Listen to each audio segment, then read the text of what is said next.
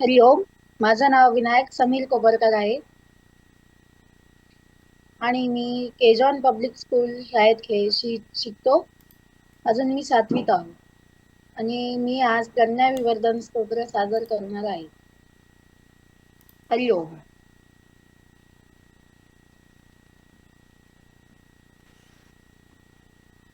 ओम श्री गणेशाय नमः.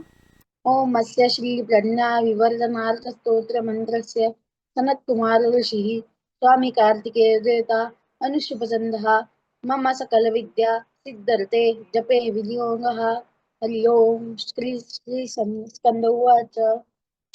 योगीश्वरो महासेन कार्तिकेय योगीनंदनः स्कंदः कुमारसेनानी स्वामी शंकर संभव गांगेयस्ताम्रचूडश्च ब्रह्मचारी शिखिध्वज तारकाधीर्मा पुत्र क्रमचारिष्टशडानना शब्द ब्रह्म समुद्रस्थ सिद्ध सारस्वतो गृह सनत्कुमारो भगवान भोगमोक्ष फलप्रदा षड्जन्मा गणाधीश पूर्वजो मुक्तिमार्गकृत सर्वांगम प्रणेता च वांछितार्थ प्रदर्शना अष्टाविंशति नामानि मध्यानि तीय पठेत् प्रत्युषण श्रद्धया युक्तो मुको वाचस्पतिर्भवेत् महामन्त्रमिहानीति मम नामानुकीर्तनम् महाप्रज्ञानमाप्नोति नात्र कार्या विचारणा इति श्रीरुद्रयामले प्रज्ञाविवर्धनाख्यं श्रीमत्कार्तिकेयस्तोत्रं सम्पूर्णम्.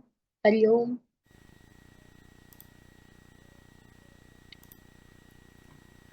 विनायक, खूपच सुंदर. प्रज्ञाविवर्धन स्तोत्र अवघड आहे. मला आठवतंय, मी लहान असताना, तुझ्या वयाचा असताना, माझ्या आईने मला पाठ करायला सांगितलं होतं आणि खूप धावपळ व्हायची. संस्कृत मधलं तेव्हा वाचून वाचून समजून गेलं आणि पाठ समजून घेणं तर लांबच आहे. पण खूप छान, तुझी अनेक स्तोत्र पाठ आहेत आणि तू नेहमी येतोस आणि असं सुंदर सुंदर प्रेझेंट करतो. आणि सर्वांनी जर बघितलं ना, ज्यांना मराठी वाचता असेल तर थोडक्यात अर्थ पण दिलाय. सगळा अर्थ जरी आपल्याला कळला नाही ना ह्या स्तोत्राचा, कारण अवघड आहे स्तोत्र, काही सोपं नाहीये, पण अनेक नावांनी स्तुती राहिलेली आहे.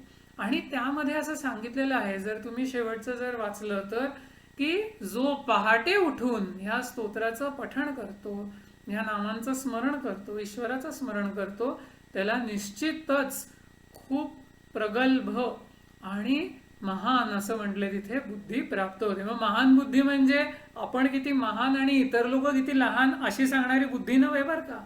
पण महान बुद्धी म्हणजे जी बुद्धी ईश्वराला जाणून घेण्याची ताकद जिच्यामध्ये निर्माण होते, त्याला महान बुद्धी. कारण सर्वात महान वस्तू काय आहे? ईश्वर.